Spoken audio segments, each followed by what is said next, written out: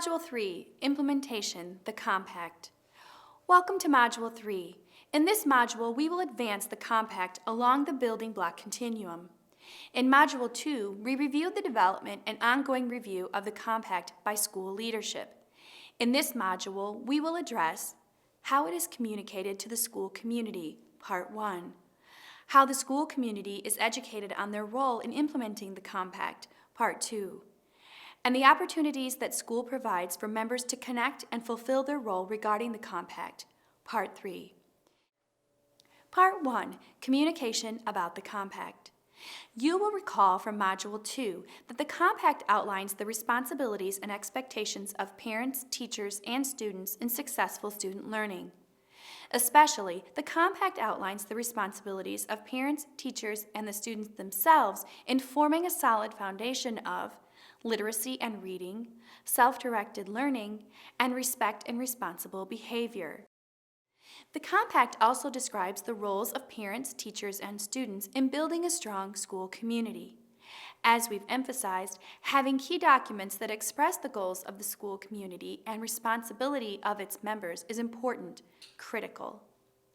These documents provide foundational content that requires communication, education, and connection in order to make a real difference. In the case of the Compact, let's review these communication-related indicators. The ongoing conversation between school personnel and parents is candid, supportive, and flows in both directions. The school's key documents, parent involvement guidelines, mission statement, Compact, homework guidelines, and classroom visit procedures are annually distributed to teachers, school personnel, parents, and students. The school regularly communicates with parents about its expectations of them and the importance of the curriculum of the home, what parents can do at home to support their children's learning. The first indicator of this communication series is one that we will see throughout this course. The ongoing conversation between school personnel and parents is candid, supportive, and flows in both directions. Ongoing two-way conversations between home and school are non-negotiable in any successful school. Schools must create opportunities and take advantage of everyone for parents, teachers, and students to discuss the role they play in student learning. Let's hear why from an administrator and a parent. It's important because the relationship that the school builds with the parents is such a vital a role in supporting student achievement. The students, I think, that are in that school deserve to have the voices of their parents heard. And so that ongoing dialogue between the school leaders, the teachers, and the home, the principal, the parents, I think is actually supported when you have that ongoing conversation. And it's not just a one-way conversation, but it's a two-way conversation. It's the school not only communicating to the home, but the home also communicating back to the school. I think anytime that you have adults working together and communicating together on behalf of students benefit. And so when you begin to have professionals that are working with the students, reaching out to the homes, to the parents, and them working together to share knowledge and share information, the students see that. And the students respond. I think the homes begin to embrace the teacher's perspective a little bit more, and the parents then are able to communicate that to the students.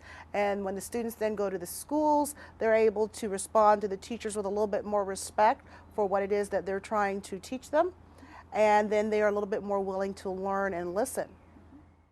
We have a very good relationship, and I can say anything to Miss Boyd, and she can say anything to me, and we do talk and email constantly about behavior issues or any issues I have with my child, and we do try to work together as a team in getting those resolved. Well, it's so much easier because all children do have certain issues, and it's so nice when I can very comfortably say anything I'm feeling, whether it's anger or frustration, and she knows that it's not personal, that I'm just frustrated at the situation. So there's no chips on our shoulders about, am I going to offend that person? Because you already have that relationship. And then you can really get to the nuts and bolts of how to make it better. The relationship is everything, and I cherish it.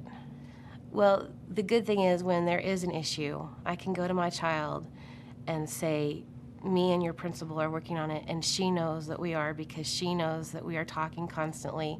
She knows everything that I know. I know everything that's going on during the day to help her, and so she just has that comfort in knowing, yes, I've got two people, at least two people, who care about me and are doing everything they can to solve my problem. Here's what I heard from these two perspectives. When adults build relationships and work together on behalf of students, everyone benefits. Did you pick up on that too? Since the compact outlines these roles and responsibilities clearly, that is a great place to start.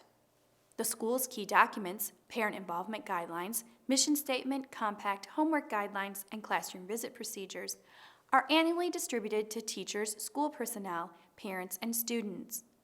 The school regularly communicates with parents about its expectations of them and the importance of the curriculum of the home, what parents can do at home to support their children's learning.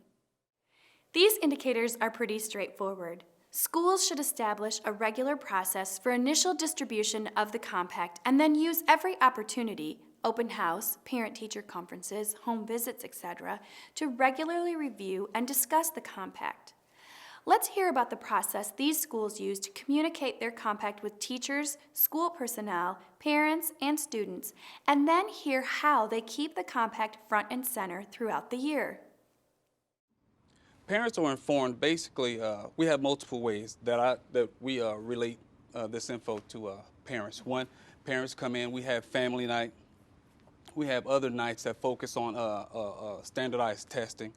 In addition to the meetings that we have throughout the month, they come in and we share that information with them. We use other parents as well to get the word out to a degree. In addition to, we stay on top of phone calls. We stay on top of emailing. The school serves as a community base. So we use any kind of, I've been to homes before. I've sat in homes with parents and went through the curriculum. So it's by any means necessary, really. This year, at the beginning of the school year, our registration, we do a district-wide registration, so everyone comes into the area from pre-K all the way up through 12. And at our area, we had our ice bin table, very boldly decorated so that we caught the attention. And what we did then was we rolled out our school compact, and we had taken the information from our student, parent, and faculty surveys and used that information to create a compact. We put it before the faculty the year before. We spoke with our parents that are on our iSpin team, and we went through all of that information to create the compact. And that took us quite a bit of time because we really wanted it to be a working document, not just something that we stuck up on the wall or said, hey, we did it, we get to check it off now. We were very, very concerned that this was something that we could really put out there for everybody and use as a tool to, again, create that stronger community between the school and between our families. So what we did was we had our table manned, our iSpin table manned with our parents, handing out the compact. We had faculty members too there, but the parents were the ones that really took it and went with it, handed it out to every parent that came in for registration, and we had them sign off on it. It was very well received. They were looking at it and reading it and going, yes, we should be doing this. Yes, this is great. And the teachers are going to do this too. And so we had some really great conversations. I bet you we had maybe 2 or 3 parents that kind of balked at that, but the parents just handled it beautifully, and there wasn't a single parent that walked away without signing it. We also had our teachers sign off on it, and then we have a large banner that hangs in our multi-purpose room, which is our cafeteria, and it's our main entrance or main area for all of our activities. It hangs there, and it has every single faculty member, staff member's signature on it.